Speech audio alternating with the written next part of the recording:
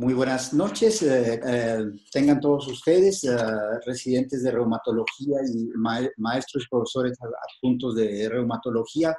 Comenzamos aquí nuestra sesión conjunta nacional del Consejo Mexicano de Reumatología de esta noche, en que vamos a tener actualidades en síndrome de Sjögren, parte 1, la cual va a ser coordinada por la doctora Rosaelda Barbosa Cobos, de todos ustedes conocida, y para quienes no la conocen, vamos a comentar que la doctora es jefe de reumatología del Hospital Juárez de México, miembro del Sistema Nacional de Investigadores, coordinadora del Grupo de Manifestaciones Oculares en Reumatología y además de ser internista por el Hospital Español y reumatóloga por el Instituto Nacional de Cardiología, doctor Ignacio Chávez. Y tiene múltiples publicaciones en revistas, capítulos y conferencias.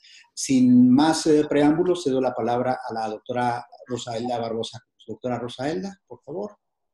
Buenas noches. Muchas gracias, doctor Villarreal. Buenas noches a todos, miembros del Consejo, profesores y médicos residentes. Acorde a lo que platicamos en nuestro ensayo la semana pasada, esta sesión conjunta se divide en dos. En esta primera parte se va a abordar por parte de la doctora Janet Riega, jefe de pregrado de reumatología en la Universidad Autónoma de Nuevo León, miembro también del SNI, la definición, la historia y los criterios de clasificación del síndrome de Sjögren. Posteriormente va a continuar el doctor Mario Adán Moreno, quien es doctor en ciencias en inmunología y él tiene su laboratorio de inmunología en la Facultad de Química en la UNAM, miembro del SNI 2. Posteriormente, la doctora Luz Helena Concha, especialista en enfermedades inflamatorias oculares, jefa de servicio de enfermedades inflamatorias oculares y uveitis de la Asociación para Evitar la Ceguera. Y finalmente, concluye la doctora Madeleine Vélez, quien es médico adscrito al servicio de maxilofacial del Hospital Juárez de México y es colaboradora en investigación de síndrome de Sjögren. Iniciamos entonces con la doctora Janet Riega. Gracias. Buenas noches. Agradezco al Consejo Mexicano de Reumatología la invitación para dar este segmento. Soy la doctora Janet Riega Torres de Monterrey, Nuevo León. Les comparto mi agenda el día de hoy. Empezaremos con la definición.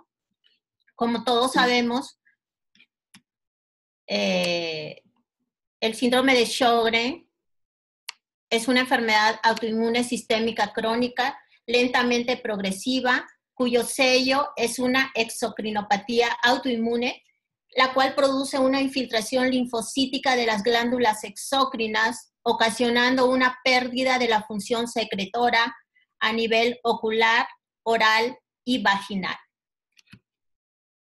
Las manifestaciones sistémicas ocurren en aproximadamente 30 a 40% de los pacientes, pero los síntomas de resequedad de boca, ojos, vagina, fatiga, dolor articular predominan en la mayoría de los pacientes, aproximadamente en un 80% de los mismos. Si bien esta enfermedad no afecta la esperanza de vida, ocasiona altos costos asociados sobre todo a discapacidad laboral. La disfunción sexual, las alteraciones en el sueño, la disfunción psicológica, la alteración en la función física ocasionan gran deterioro en la calidad de vida de nuestros pacientes relacionado con la salud y ocasionan porcentajes altos de pérdida en la productividad en el trabajo. En cuanto a clasificación, todos sabemos que el síndrome de Sjögren se clasifica en una forma primaria cuando ocurre en una forma aislada en asociación con una enfermedad órgano específica de órgano, por ejemplo, una tiroiditis de Hashimoto o una cirrosis biliar primaria, y en síndrome de Sjögren secundario, cuando ocurre en asociación con otra enfermedad autoinmune sistémica, más frecuentemente artritis reumatoide, lupus eritematoso sistémico, esclerosis sistémica progresiva, enfermedad mixta del tejido conectivo, etcétera, etcétera. En cuanto a sus antecedentes históricos, esta enfermedad se remonta al siglo XVIII, donde Leber reportó los primeros 3 casos de queratitis y sequedad de boca. Posteriormente, en 1888, Mikulis reportó un caso de inflamación de glándulas lagrimales, parótidas y submandibulares, entidad que posteriormente llevó su nombre. En 1925, Jugerot publicó 3 casos de disfunción de glándulas salivales asociados con atrofia de las mismas y sequedad. El concepto moderno de síndrome de Sjögren quedó arraigado en 1933, cuando Henrik Sjögren, un oftalmólogo sueco, publicó su tesis doctoral en donde reportó 19 casos de pacientes con resequedad de boca y ojos, de los cuales la mayoría eran mujeres posmenopáusicas y presentaban artritis.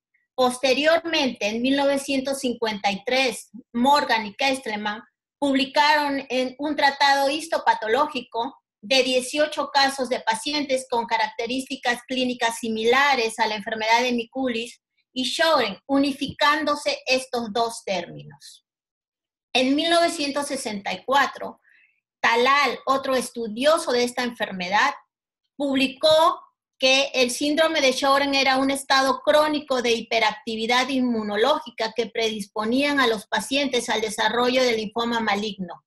Posteriormente, Bloch y colaboradores fueron los que subdividieron a esta enfermedad en su forma primaria y secundaria. En 1968, Chilson y Mason propusieron un sistema de clasificación para las biopsias de glándula salival menor, las cuales se utiliza hasta la fecha. En 1988, Talal propuso el término de exocrinopatía autoinmune, entidad que en la actualidad se conoce así también a esta enfermedad. A partir del año 2000, se publicaron los primeros criterios validados tanto por la Liga Europea del Reumatismo como por la Sociedad Americana de Reumatología, ya que posteriormente explicaré, los criterios previos no eran criterios validados. En cuanto a epidemiología, sabemos que esta enfermedad tiene una predominancia fuertemente femenina en relación a masculino, en una relación 9:1, y el pico de esta enfermedad ocurre en la posmenopausia, aproximadamente en la 6ª década de la vida. Las tasas de incidencia y prevalencia reportadas varían ampliamente, ya que todos sabemos que se utilizan diferentes criterios de clasificación y la edad de los pacientes son muy diferentes. Por eso es que vemos en unas publicaciones unas tasas diferentes de incidencia y prevalencia. En este metaanálisis publicado en el 2014, la prevalencia variaba entre unos 100 y 1,000 y la tasa de incidencia era de 6.92 por 100,000 personas año riesgo. En cuanto a criterios de clasificación, debido a que esta enfermedad tiene un diagnóstico muy complejo y requiere un enfoque escalonado para evaluar síntomas y evidenciar autoinmunidad, ya que el diagnóstico diferencial de un síndrome de Sjögren es muy amplio porque sabemos que hay muchísimas causas de sequedad. Por lo tanto, desde 1965 se han lanzado diferentes sets de criterios clasificatorios. Hasta antes del 2002 se habían publicado los criterios de Copenhague, los criterios japoneses, los criterios griegos y los criterios de California. La característica de estos criterios era que fueron propuestos por expertos solitarios o especialistas de grupos multidisciplinarios. Pero como ya comenté, desde el año 2002 hasta la fecha se han publicado 3 sets de criterios de clasificación. Los primeros validados fueron publicados en el 2002 que fueron los criterios del Consenso Americano Europeo. Estos criterios estaban basados en síntomas oculares, síntomas orales, signos oculares, histopatología de la glándula salival, implicación de la glándula salival y autoanticuerpos anti-SSA y SSB. Posteriormente, estos criterios del 2002 fueron reemplazados por los criterios del Colegio Americano de Reumatología en el 2012. Estos criterios tenían la característica de ser muy objetivos y constaban solamente de la positividad para anti-SSA o SSB o factor reumatoide y anticuerpos antinucleares. También constaban de la positividad de la biopsia de glándula salival menor y se tenía que reportar la presencia de una queratoconjuntivitis seca con un score de tinción ocular mayor de 3. Posteriormente, estos criterios fueron reemplazados por los que fungen actualmente, que son los criterios ACR-EULAR, que fueron lanzados en el 2016. Estos criterios son un poquito más complejos y requieren la positividad de una biopsia de glándula salival menor, la presencia solamente de anticuerpos anti-SSA positivos, la tinción ocular con un SS fue aumentada a un score de 5, al menos en un ojo, la prueba de Schirmer al menos en un ojo, sin anestesia, y la presencia de un flujo salival no estimulado menor o igual a 0.1 mililitros por minuto. La fortaleza de estos nuevos criterios ACR-EULAR 2016 radica en la capacidad de distinguir a pacientes en fases más tempranas de la enfermedad para enrolarlos en estudio de investigación que tanto necesitamos, debido a que todavía no hemos tenido un tratamiento que ayude grandemente a estos pacientes. Las pruebas de validación de estos criterios hasta la fecha han sido exitosas. Y hasta aquí termina mi participación y doy la bienvenida al doctor Mario Adán para que nos platique acerca de la fisiopatogénesis, y muchísimas gracias.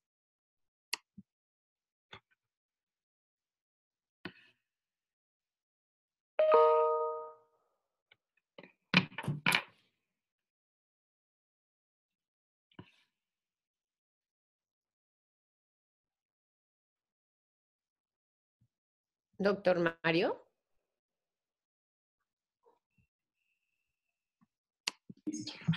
Ya. Hola, ¿qué tal? Buenas noches. Primeramente quisiera agradecer a todos los que participan en poder llevar a cabo estos seminarios del Consejo Mexicano de Reumatología. En esta ocasión les voy a hablar sobre la patogénesis del síndrome de Sjögren. Pues de alguna manera, con la presentación anterior, nos queda claro que el síndrome de Sjögren pues, es una enfermedad de origen autoinmune que tiene un contexto inflamatorio, es algo sistémico, pues que principalmente existe un daño a las glándulas salivales, glándulas lagrimales.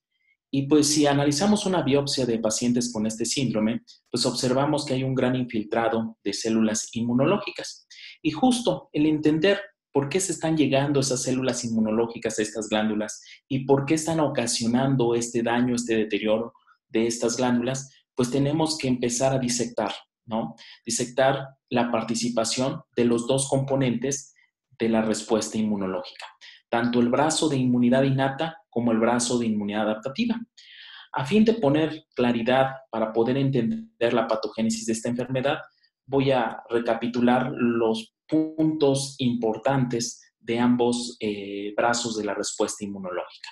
Todos recordamos que la inmunidad innata pues es la principal en estar reconociendo ciertos patrones altamente conservados para empezar a reclutar células, ¿no? Estas células que son reclutadas una vez que reconocen, pues endocitan, fagocitan, reconocen ese microorganismo o esa molécula y su función es tratarla de eliminar, reclutar más células y tratar de eliminar.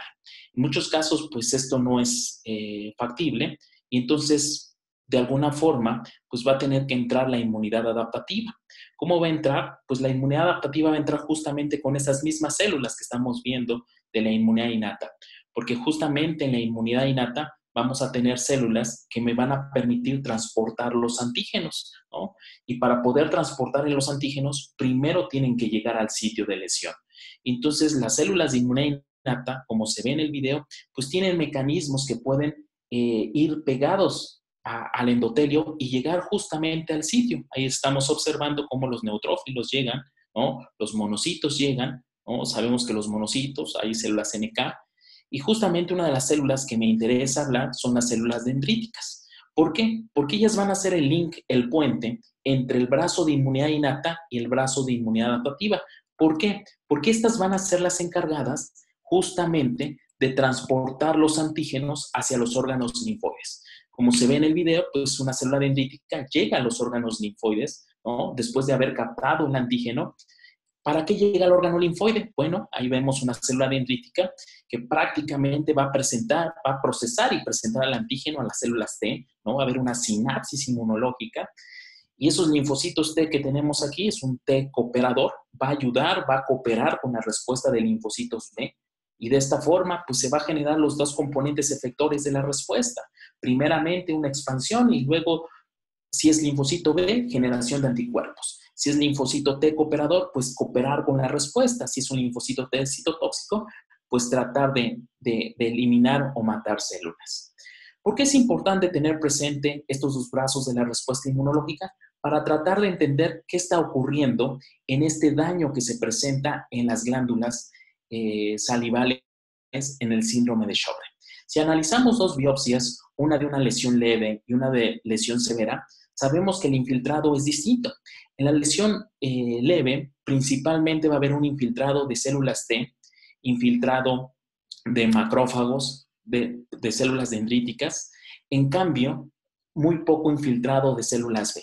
Sin embargo, ¿qué va a pasar en una lesión cada vez más severa? Observamos que el infiltrado de T es menor, disminuye, en cambio aumenta un infiltrado de células B.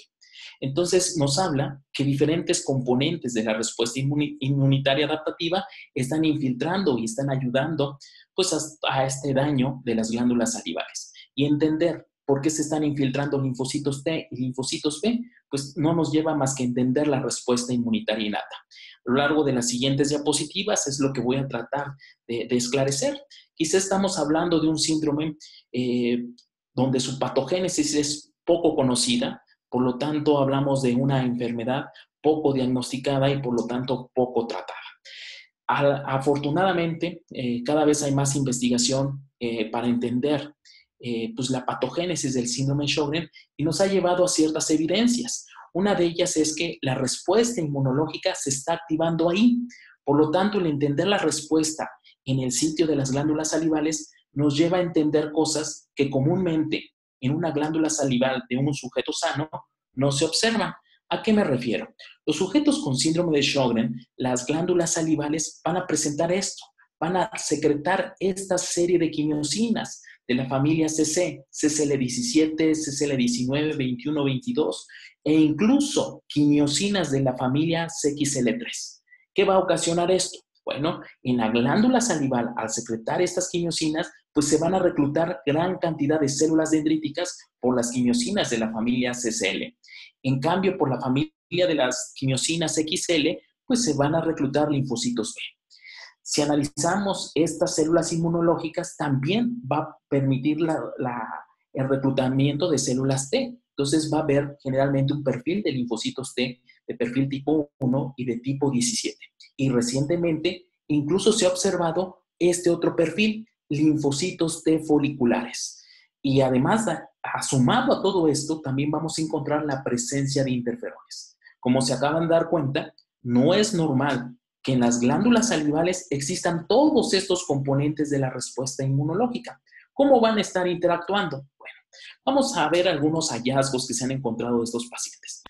Si comparamos una célula epitelial de glándula salival, comúnmente no expresa receptores de la inmunidad innata. ¿A quién me estoy refiriendo? A los PRRs. Uno de los PRRs más estudiados son la familia de receptores tipo TOL.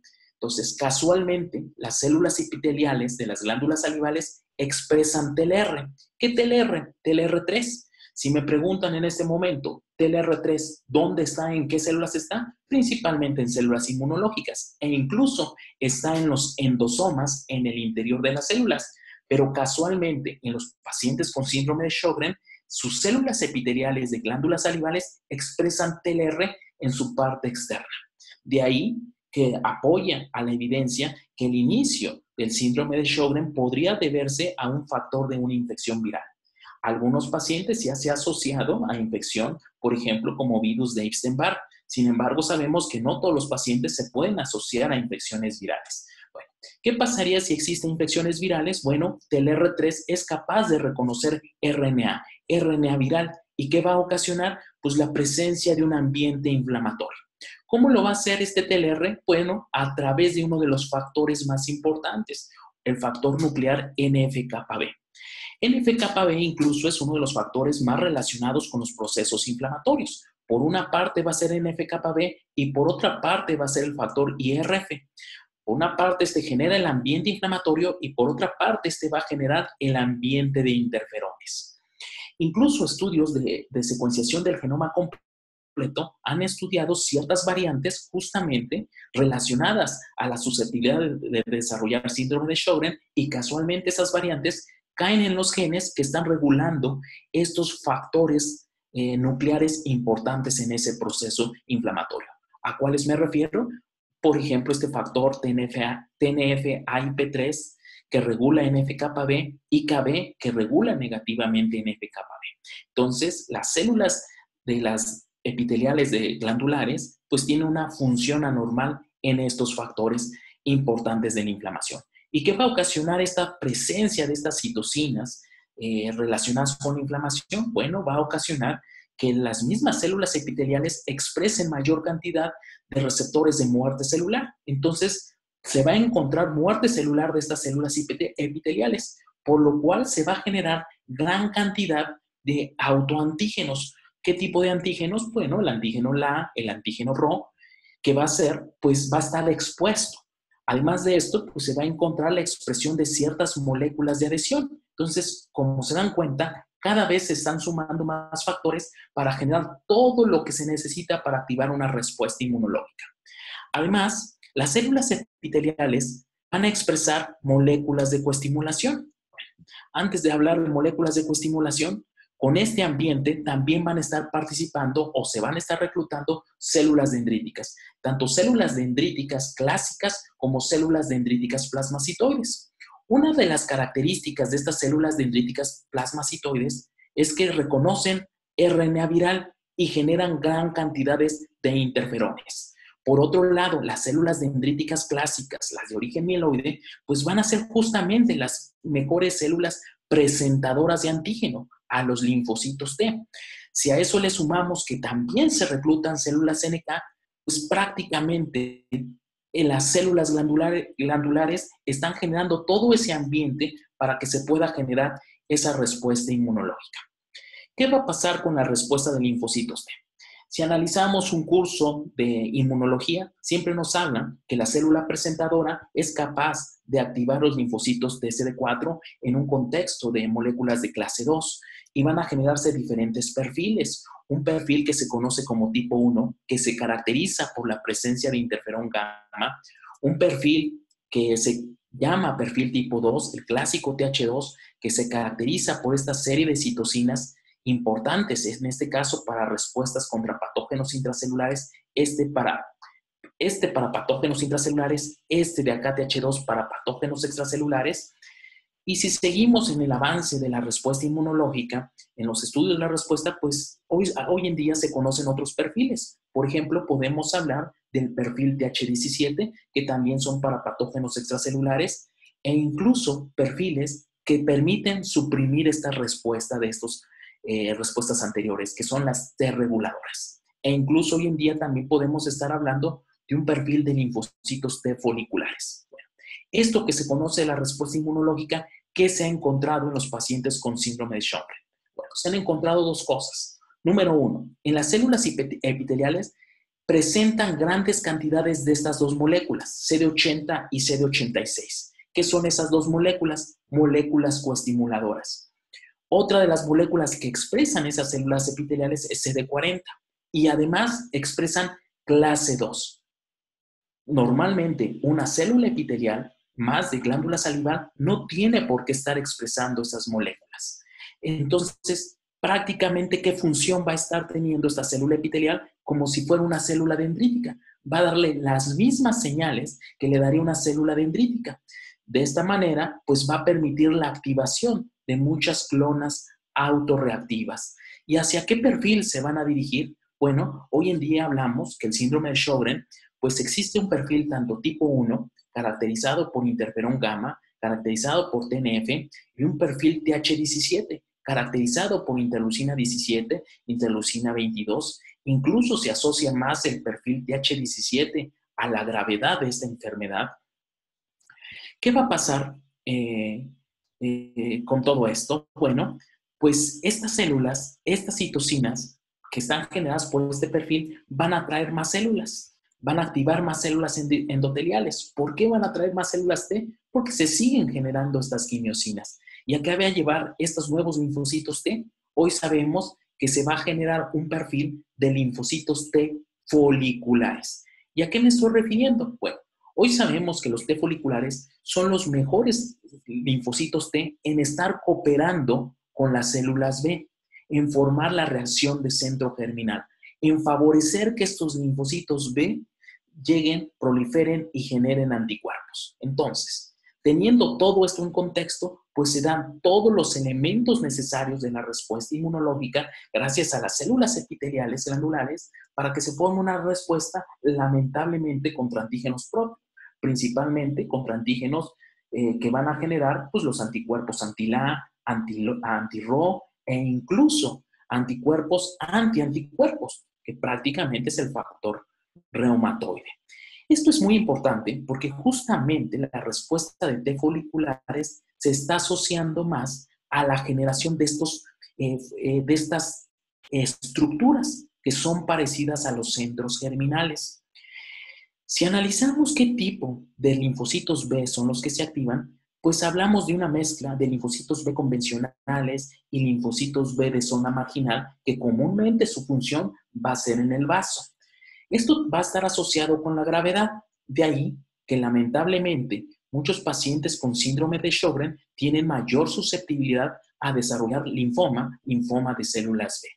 Tratar de entender cuáles son los mecanismos que van a derivar a desarrollar linfoma no lo podemos conocer aún, pero sí que conocemos, conocemos que se van a formar ahí en el sitio inmunocomplejos, que están todos los elementos para activar estas clonas autorreactivas, ¿no? Que va a existir una fuerte reacción de expansión de linfocitos B, recuerden, porque se llegan los linfocitos T foliculares, ¿no? Una de las citocinas claves en esto va a ser el factor BAF, ¿no? La formación de inmunocomplejos, estructuras tipo centrogerminales, ¿no? Pérdida de todos estos mecanismos de regulación y pues esto va a llevar pues a una hiperproliferación de linfocitos B que nos va a llevar al escape de estas células que van a desarrollar posteriormente el linfoma.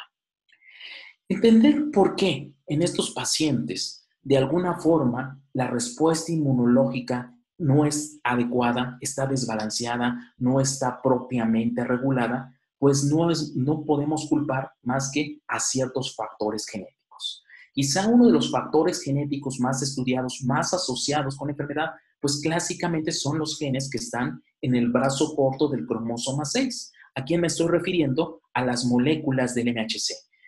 A los locus de moléculas de clase 2, por ejemplo, HLA de QA1, HLA de QB1, con diferentes alelos. Sin embargo, hoy sabemos que no solo podemos culpar a las moléculas del MHC.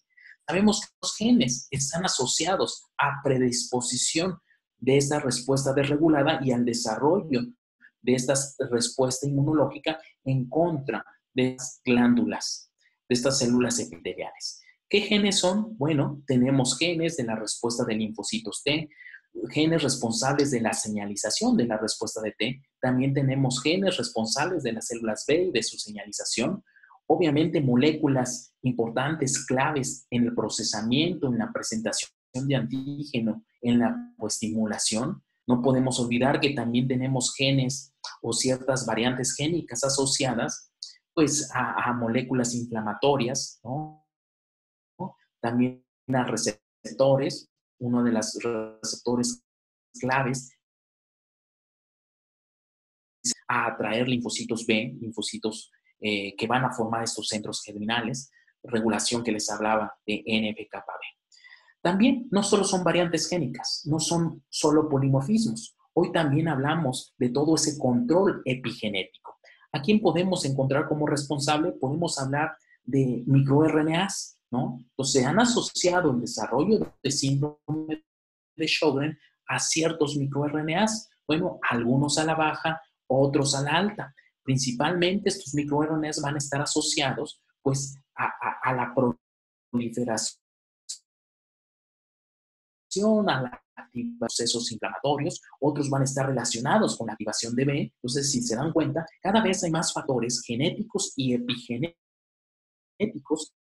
entender cómo se monta toda esta respuesta desregulada. No solo hablamos de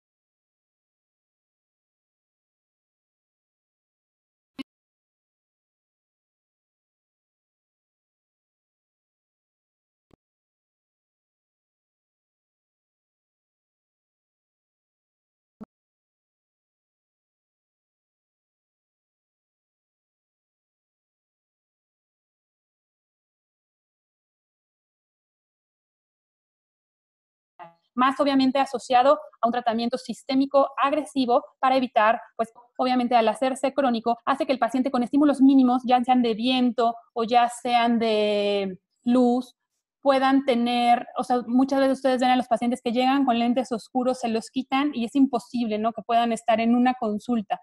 Esto obviamente se debe al dolor neuropático, que además se asocia a que tengan más alteraciones de sueño. ¿Qué hacemos? Pues nos ayudamos obviamente de ustedes. A nivel en gotas podemos usar diclofenaco, pero esto a su vez nos juega un papel importante en la lisis. Usamos un poco de omega 3 y doxiciclina bioral, que sí nos ayuda a cortar un poco el ciclo, ¿no?, de dolor. Biopsia de la glándula, bueno, linfoma de glándula lagrimal, perdón. Esto, como ya vimos, es una de las complicaciones que puede pasar a diferentes niveles. Entonces, esto se ve principalmente con un aumento evidente, como se puede ver en esta imagen, que se corrobora por imagen. Y pues bueno, tiene todos los marcadores positivos, por lo tanto se da el tratamiento adecuado. Pues, hablando un poco de toxicidad de medicamentos, primero voy a hablar de toxicidad a nivel de lubricantes. Tenemos los buenos, los malos y los feos, obviamente, aquí. Entonces, el cloruro de benzalcón y el timerosal sí son unos excelentes detergentes que se utilizan realmente para conservar, ¿no?, estos medicamentos, pero la realidad es que pueden llegar a tener reacciones muy, muy importantes en los pacientes. Son el típico lubricante que el paciente compra, que no es tan caro, pero pues no son los mejores para estos pacientes reumatológicos. Los segundos, que es no el tampoco querido, son aquellos que tienen fosfato. ¿Por qué? Porque tienen una concentración mucho mayor de lo que puede llegar a tener el ojo, lo cual nos llega a desequilibrar el equilibrio en la bomba con sodio y potasio. ¿Y esto qué pasa? Bueno, también hay en otras, no solo en lubricantes, hay en otras gotas. Entonces hay que tener en cuenta cómo está la superficie ocular. ¿Qué pasa? Se llegan a depositar placas importantes de calcio, como puede verse en este ojo, que es la misma paciente, ojo del lado derecho y ojo del lado izquierdo, y que si hago esta imagen inferior es una tomografía de coherencia óptica de la córnea, alcanza a ser hasta una sombra acústica. ¿Por qué? Pues porque está el depósito de calcio.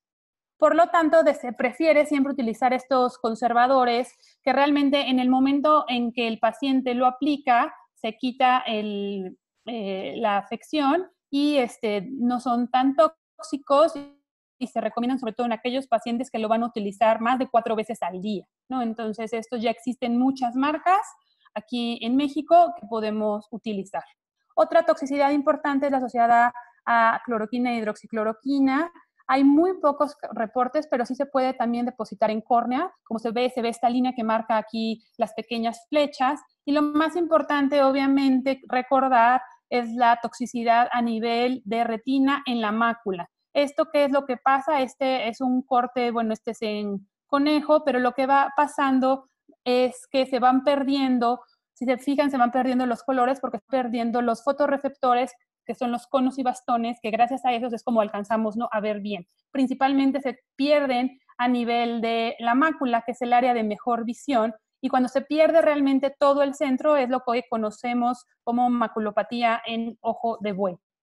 Entonces, para no llegar a eso, que es lo que no queremos llegar, hacemos varios estudios, casi todos son no invasivos. Primero hacemos un estudio de campos visuales que tiene que ser específico, y si pueden ver los puntos negritos, significa que esa área el paciente ya no lo ve.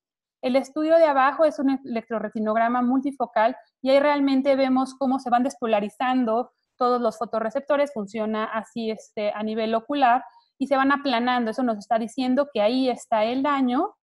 La imagen inferior es una tomografía de coherencia óptica de la retina y la flecha azul nos está marcando que ahí está más adelgazado. ¿Por qué? Porque ahí, que corresponde a la otra imagen, ya se perdieron esos fotorreceptores. Y la última imagen es un estudio de autofluorescencia, que es con un filtro especial que utilizamos sin colorante ni nada, y eso que se hace blanco solo, o sea, florece solo, ¿es por qué? Porque ya se perdieron estas células. También nos utilizamos, como se fijan, nos utilizamos diferentes estudios. El otro es que está el C y el G, ese es un estudio que se llama microperimetría, que nos mide la cantidad de densidad de células realmente que tenemos, ¿no? Entonces, es importante tenerlo.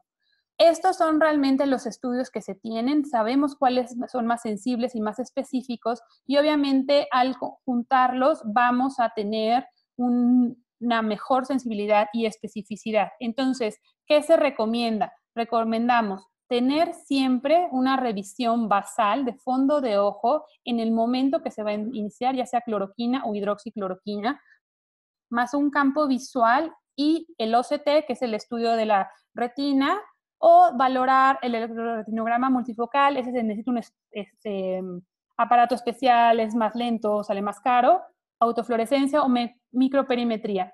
Si todo sale bien, se puede repetir al paciente y de estarlo viendo en 5 años, y hay que hacer revisiones anuales en aquellos pacientes que tengan sobre todo factores de riesgo. Entonces, o sí, todos los pacientes con síndrome de Sjögren necesitan una revisión oftalmológica, incluso aunque no tengan síntomas, porque muchas veces nos está hablando cómo está sistémicamente, y pues nosotros sí vemos el ojo, que puede ser la primera manifestación de la enfermedad.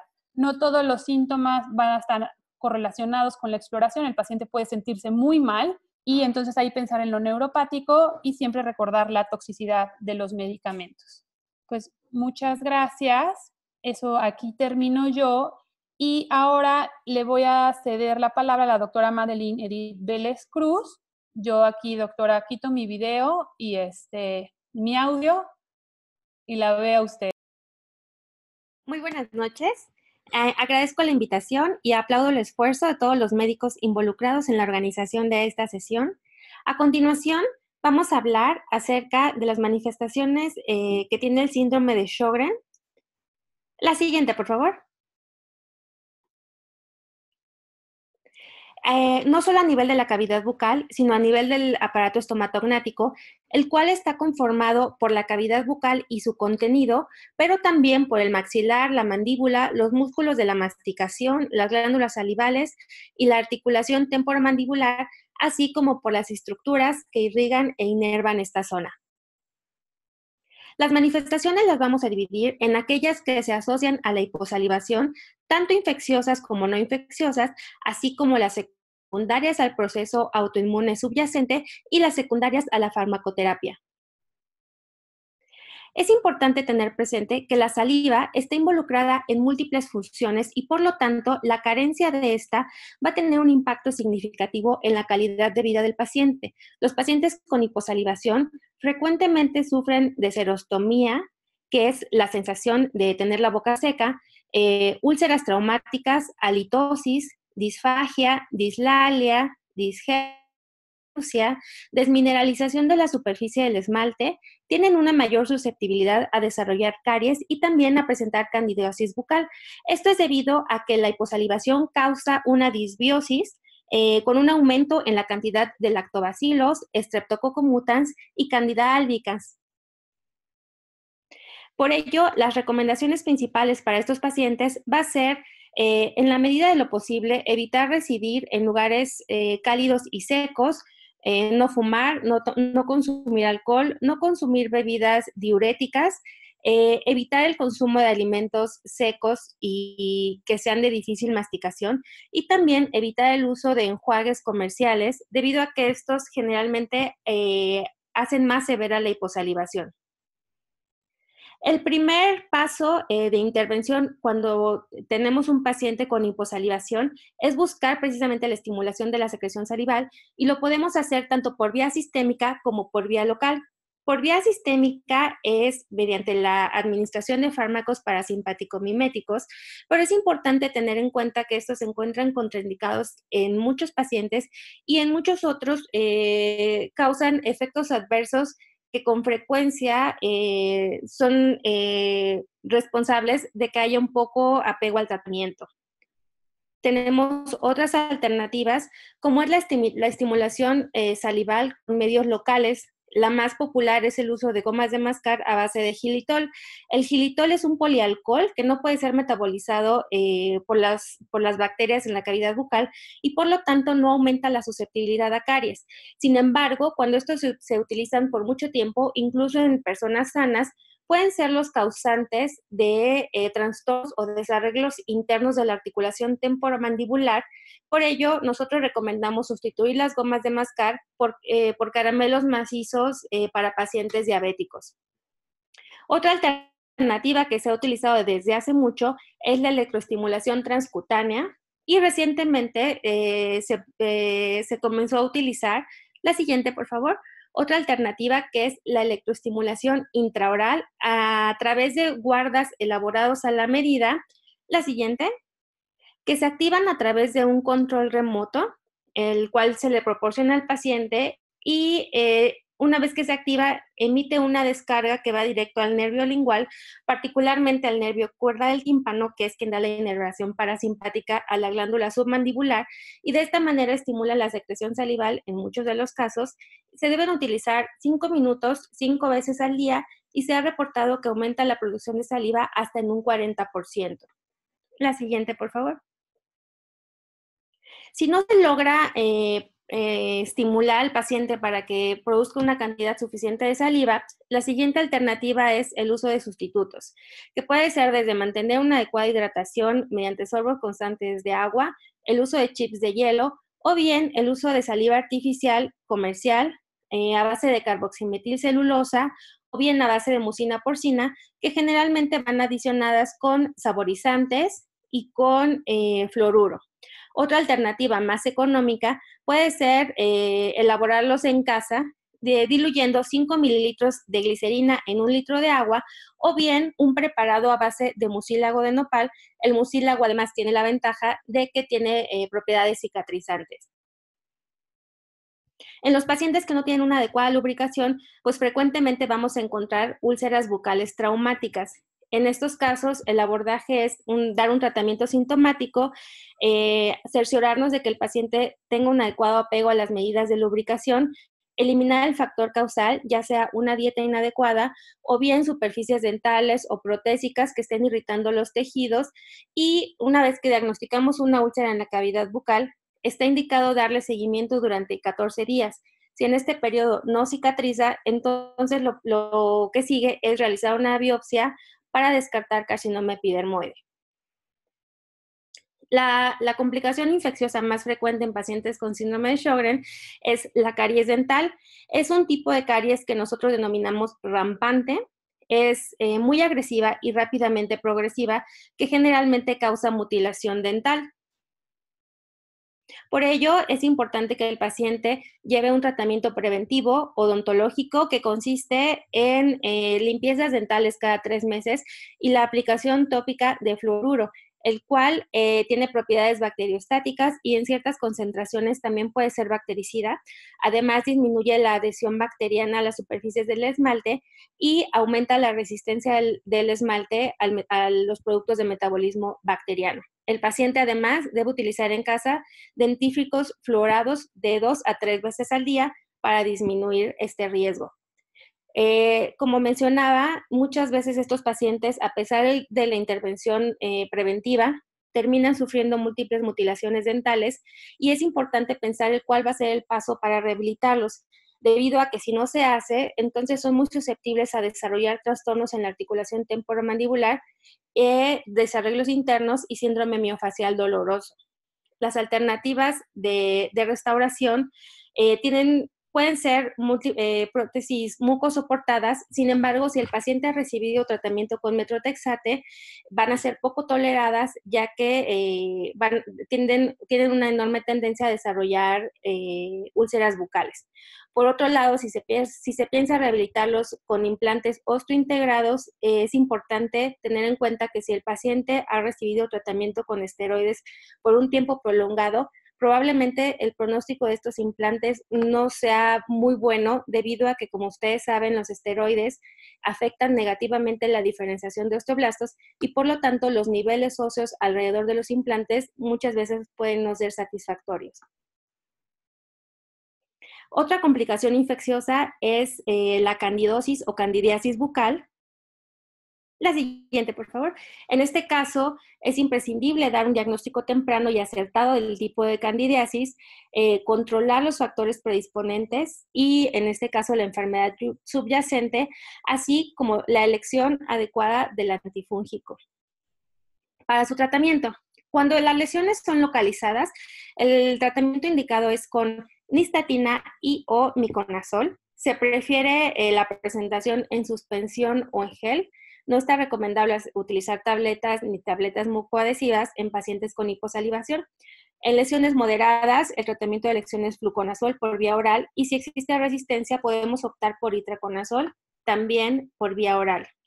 La presentación más frecuente de cándida es la pseudomembranosa, que presenta una pequeña película que reviste las superficies de la mucosa y esta película puede ser desprendida con facilidad, ya sea con un hisopo o con una gasa, y deja una superficie sangrante y dolorosa.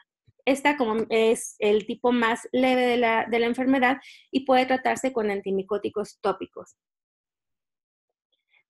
Otra presentación es la candidosis hiperplásica. Esta puede presentarse en la mucosa bucal tanto uni como bilateral y es un diagnóstico diferencial de leucoplasia. Por ser diagnóstico diferencial de una lesión cancerizable, entonces es necesario realizar biopsia.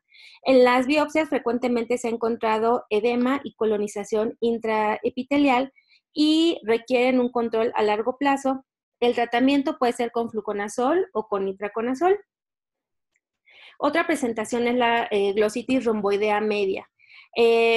Cuando se ha realizado biopsia incisional de estas lesiones, se ha encontrado hiperplasia pseudoepitelial. Por ello, es importante hacer una adecuada correlación clínico-patológica para evitar que se pueda confundir con una neoplasia maligna. Y el tratamiento va a ser a base de azoles sistémicos.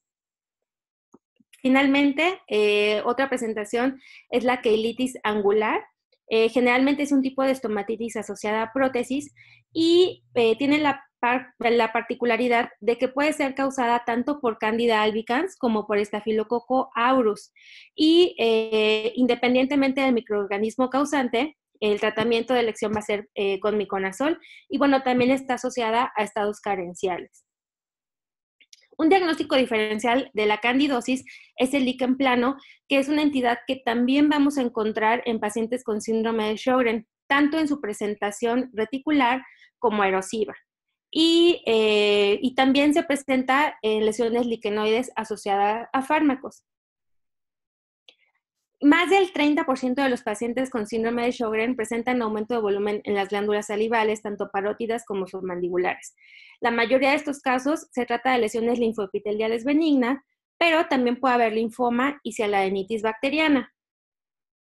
La selenitis bacteriana es de etiología retrógrada, es decir, los microorganismos colonizan los conductos salivales atróficos y de ahí migran hacia el parénquima glandular. Es de aparición, el aumento de volumen va a ser de aparición súbita, generalmente son unilaterales, aunque en algún caso podría ser también bilateral. Obviamente vamos a tener signos inflamatorios agregados y el diagnóstico es porque lo hacemos porque al ordeñar la glándula vamos a tener supuración a través de los conductos. El tratamiento es con amoxicilina y ácido clavulánico durante 3 semanas y en pacientes alérgicos se indica clindamicina. Cuando la infección va más allá de la celda parótida o de la célula submandibular, entonces puede estar indicado realizar una desviación y drenaje.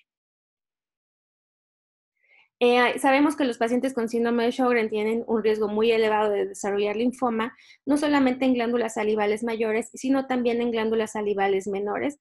Por ello es imprescindible realizar exploraciones bucales periódicas y detalladas.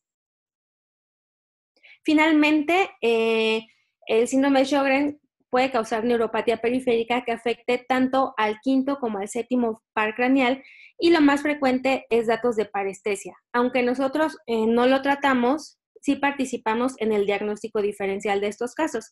Es mucho menos frecuente la disestesia y cuando se afecta al séptimo par craneal puede haber parestesia. La siguiente, por favor. Por mi parte, esto es todo y agradezco su atención y cedo la palabra al doctor Miguel Villarreal.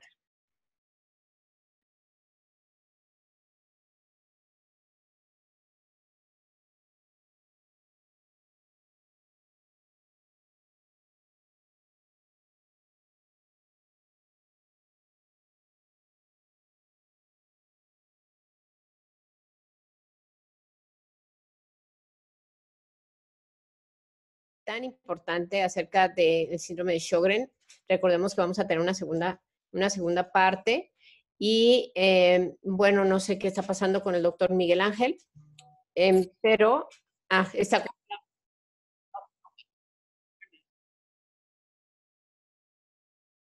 No, está bien. Si gustan las preguntas, Miguel, adelante.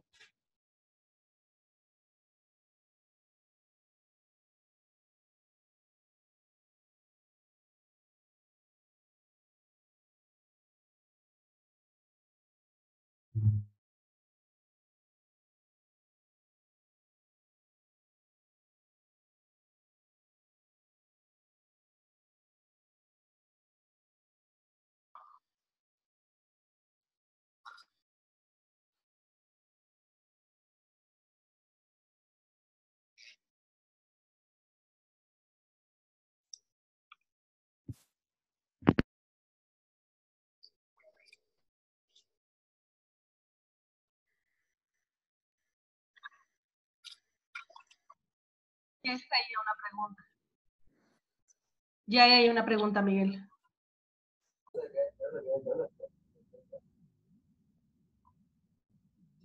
Sí, Miguel.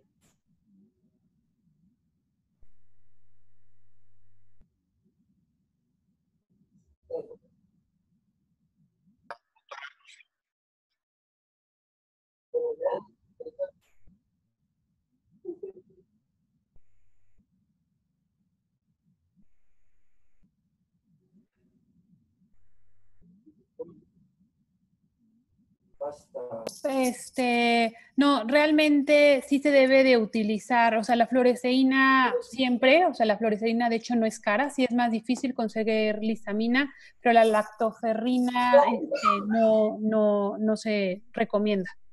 Entonces, ajá. Sí, sigue.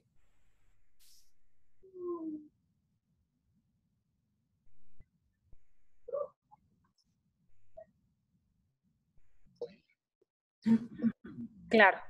Sí. Ajá. Seguro. Se prefiere, y al ser el síndrome de Sjögren, deficiencia acuosa, elegir uno que vaya ahí. Entonces se prefieren estos que no tienen conservadores, que el componente se llama hialuronato de sodio, es el que se prefiere.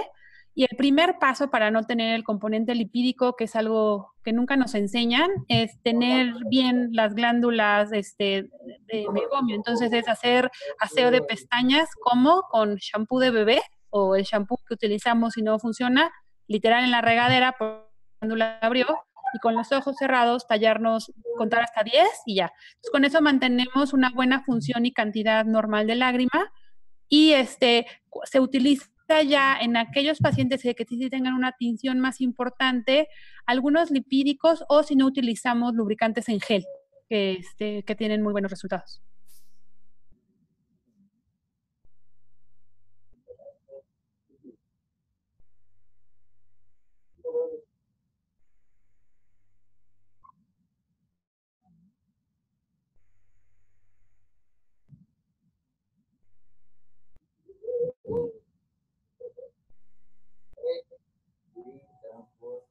Bueno, soy la doctora Janet. Normalmente cuando pedimos anticuerpos anti-SSA, pues esos son el RO60, porque pues sabemos el papel que juega el anti-RO52 en otras enfermedades, sobre todo usted es un experto en las miopatías autoinmunes, Doc. Pero cuando nosotros pedimos anti-SSA, pues se refiere automáticamente al RO60, que es el que está implicado en la patogenia del síndrome de Sjögren.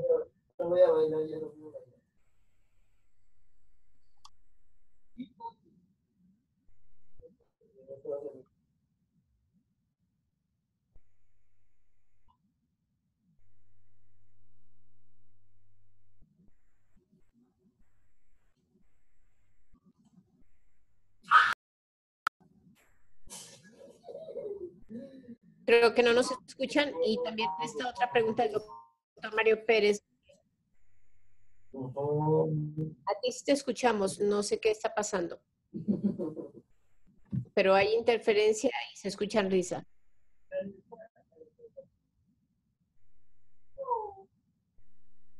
¿Está arriba de Vanessa? ¿Sí la ves? Mario Pérez. Mario Pérez.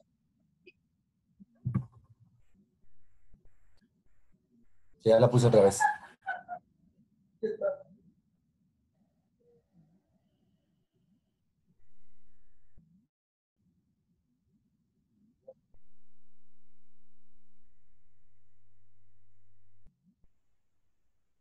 Sí lo recomendamos, no en una etapa inicial, sobre todo pensando que vamos a tener más cantidad de citocinas inflamatorias, ¿no? Entonces, ya que el paciente se ha controlado, ha usado un ciclo de esteroides tópicos y ciclosporina tópica, se puede dar. De hecho, hay algunos, intentamos primero con unos que son de colágeno, que les duran 3-4 semanas, y si el paciente los tolera y siente mejoría, porque entonces vamos a aumentar el volumen, ¿no?, de lágrima para que no se vaya, se ponen unos definitivos que son de silicón, que se pueden quedar 6 meses o hasta un año.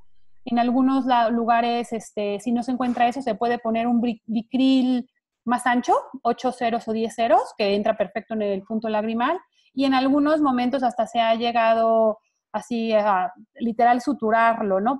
Pero sí, en etapas que ya esté controlado, el paciente nota mucha mejoría.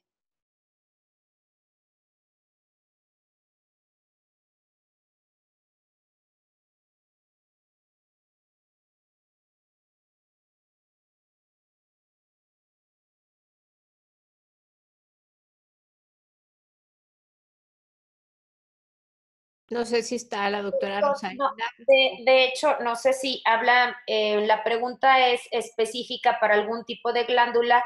Si no es así, en la próxima sesión el lunes, la doctora Gaby Regalado, oncóloga clínica, va a detallar justamente todas estas neoplasias, los tipos y frecuencia en el síndrome de Sjögren.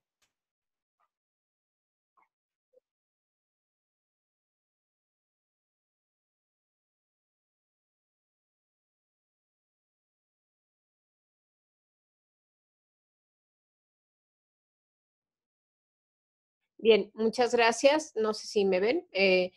Bueno, nuevamente les estaba comentando, agradecemos de verdad como a nombre del Consejo Mexicano de Reumatología una vez más el contar con un equipo extraordinario liderado en esta ocasión por la doctora Rosaelda Barbosa, quien es una experta en síndrome de Sjögren. Y agradecemos profundamente este tiempo compartido con nosotros y les deseamos buenas noches. Muchas gracias a todos. Gracias, doctora Rosaelda. Gracias a todo su equipo. Muchas gracias. Muy ilustrativo. Doctora Mónica, muchísimas gracias a usted, a todo el Consejo, por la oportunidad que se le da a los médicos residentes y más en esta época de la pandemia.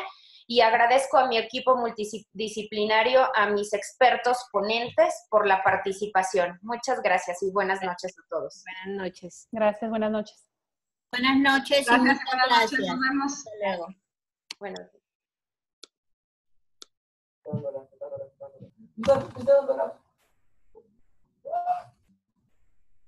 What?